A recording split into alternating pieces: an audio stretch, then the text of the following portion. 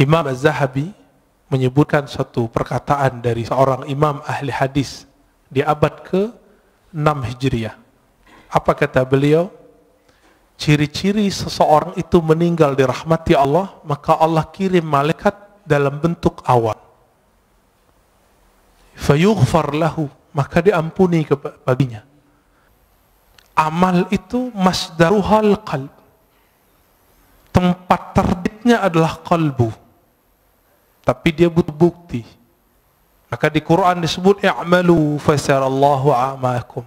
Beramallah kamu, maka Allah akan memperhatikan amalmu. Pertanyaannya, merasa diperhatikan Allah nggak tadi sholatnya? Berarti sholatnya belum ngamalin ayat ini. Coba mulai hari ini beramal itu karena ayat itu. Beramallah kamu, Allah akan pandang amalmu. Tapi apa yang Allah pandang? Maka ditaksis dengan hadis Nabi Sallallahu Alaihi Wasallam.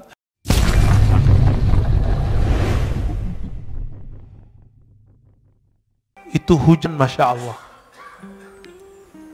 Imam Az-Zahabi menyebutkan suatu perkataan dari seorang imam ahli hadis di abad ke-6 Hijriah. Apa kata beliau? Ciri-ciri seseorang itu meninggal dirahmati Allah, maka Allah kirim malaikat dalam bentuk awan. Fayughfar lahu, maka diampuni baginya. Kalau guru saya ini bukan hanya awan, itu hujan dari beliau sakaratul maut sampai esok pagi, sampai kemudian kita kuburkan, itu hujan gak berhenti. Apa yang ajaib? Keluar dari rumah, itu rumah gadang ya.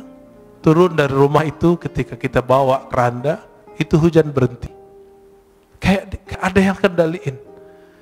Masuk masjid, hujan deras, dan itu sangat ajaib. Ketika selesai sholat, kita zikir, tahlil, segala macam, kami keluar, hujan berhenti. Tapi di saat ketika mau jadi imam, orang yang beliau angkat jadi wakilnya, itu seorang yang ummi, bacaan Qur'annya gak bagus. Tiba-tiba ada seorang murid yang dianggap telah durhaka oleh beliau, ingin tebar pesona jadi imam. Padahal gak ada yang nyuruh beliau. Awalnya mau narik dia untuk turun, tapi tiba-tiba beliau dapat ilham dari kalbunya sendiri yang bicara. Apa kata kalbunya? Hei, kamu tidak usah emosi. Yang menggerakkan dia ke depan siapa? Itu Allah, bukan kamu, bukan dia. Dipikir-pikir, saya juga nggak hafiz Quran. Ya sudah. Itu ya, itu adabnya. Maka saya tidak pernah lagi marah waktu, karena jenggot saya nggak terlalu panjang, celana saya kadang jingkrang kadang tidak. Satu kali di satu masjid kita masuk, semua jamaah udah siap mempersilakan saya jadi imam karena saya ustadz di situ. Tiba-tiba dia nyelonong dari luar masjid, keluar, masuk, dan kita lihat, wow, penampilannya sangat perfect. Celananya jingkrang, jenggotnya panjang, pakai kopiah. Emang sangat perfect. Tapi nggak salam, nggak kalam. Ya udah, akhirnya saya yang qomat. Kenapa? Ingat kalimat yang tadi. Siapa yang menggerakkan dia? Allah. Karena seandainya dia jadi makmum, dia akan benci kepada saya. Dan salah satu imam yang Allah tidak ridhoi jika makmumnya tidak ridho kepadanya. Jika ridhonya tidak berkaitan dengan syariat, tidak masalah. Tapi kalau berkaitan, itu bermasalah. Maka kita biarkan ya. Saya ikutin aja ya. Yang saya lihat bukan dia, tapi yang saya lihat adalah gerakan-gerakan dari Allah Ta'ala. Bapak Ibu Saudara makan Allah, kalau orang begitu, kira-kira kebencian keluar nggak dari kalbunya? Insya Allah keluar ya. Baik. Kembali ke yang tadi. Maka al-a'mal, amal itu masdaruhal qalb. Tempat terbitnya adalah kalbu. Tapi dia butuh bukti. Maka di Quran disebut i'malu fasarallahu a'makum. Beramallah kamu, maka Allah akan memperhatikan amalmu. Pertanyaannya, merasa diperhatikan Allah nggak tadi sholatnya? Berarti sholatnya belum ngamalin ayat ini. Coba mulai hari ini beramal itu karena ayat itu. beramallah kamu, Allah akan pandang amalmu. Tapi apa yang Allah pandang? Maka ditaksis dengan hadis Nabi Sallallahu Alaihi Wasallam, hadis Imam Muslim tadi dan Imam Bukhari juga ada yang semakna, bahwa Allah memandang ke qalbumu. Jadi yang dipandang itu bukan rukuknya, tapi ini yang disebut ahwal dalam ruku. Mesti ruku. Yang dipandang bukan sujudnya, sehingga jidat kita mulai sakit ketika sujud lama. Bapak kalau buka kopiahnya mungkin ada hitamnya. Bukan itu yang Allah lihat. Betul, beruntung kalau yang punya itu.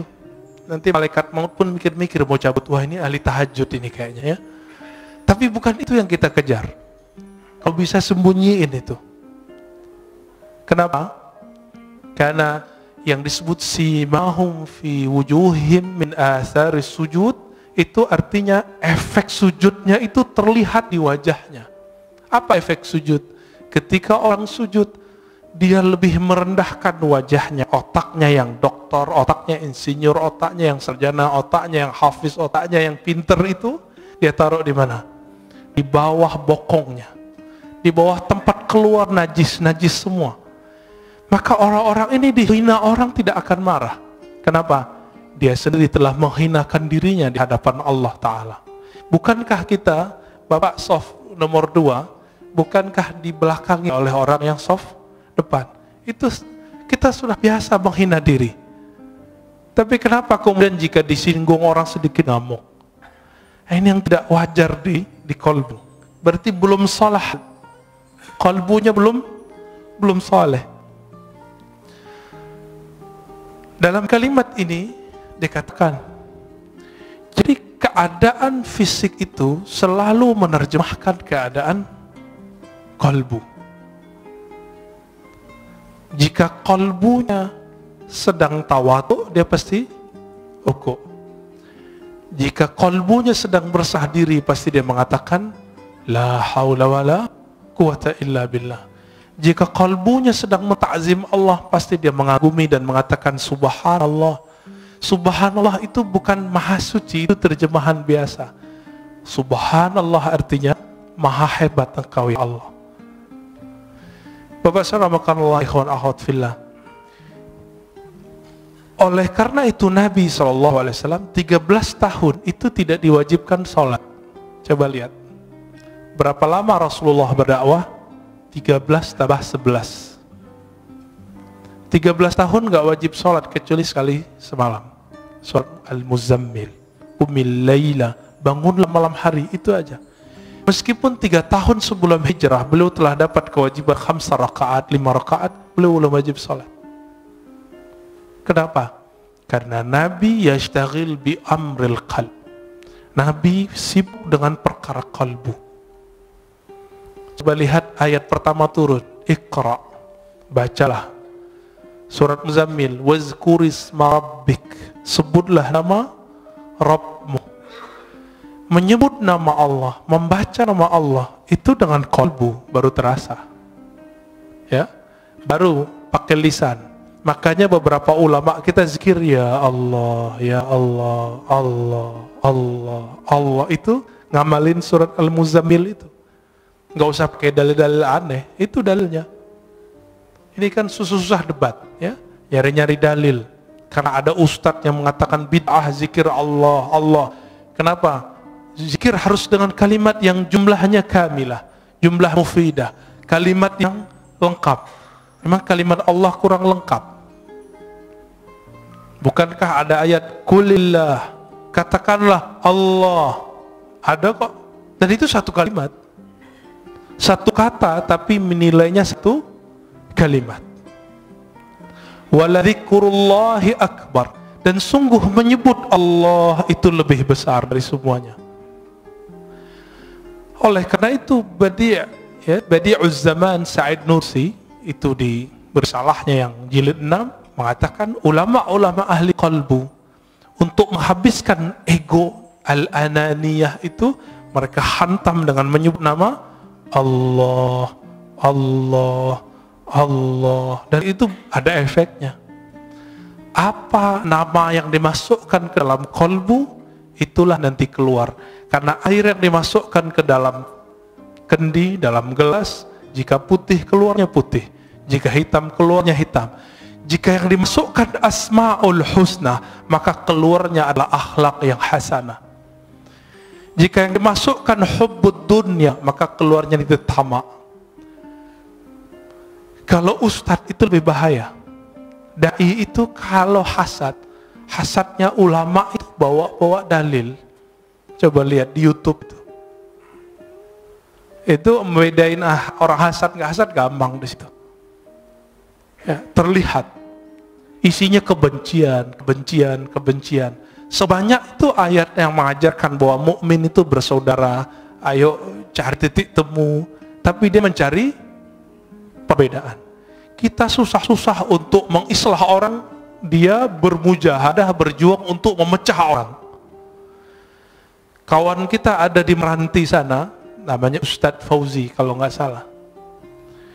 Itu masuk ke suku Akit, suku asli pribumi, untuk mengislamkan orang sana. Tiba-tiba masuk satu kelompok kawan ini untuk nyalah-nyalahin semua. Akhirnya gagal lagi dakwahnya. Tapi kemudian beliau terus, yaitu diangkremin terus kayak ayam. Mereka kan datang cuma sekali, ini datang terus, ya. Bahkan tinggal di situ. Itulah khuruj fisabilillah selama-lamanya di situ. Dia nggak butuh lagi khuruj 3 hari itu, nggak butuh lagi khuruj 40 hari. Kenapa? Satu nafasnya telah khuruj, satu nafasnya telah jihad fisabilillah. Siapa yang berani, Pak, meninggalkan tengah kota, pergi ke pelosok, tinggal di situ? Ya, saya pun nggak kuat. Ya, semoga Allah jaga dai-dai kita di pelosok, di perbatasan. Amin ya rabbal alamin.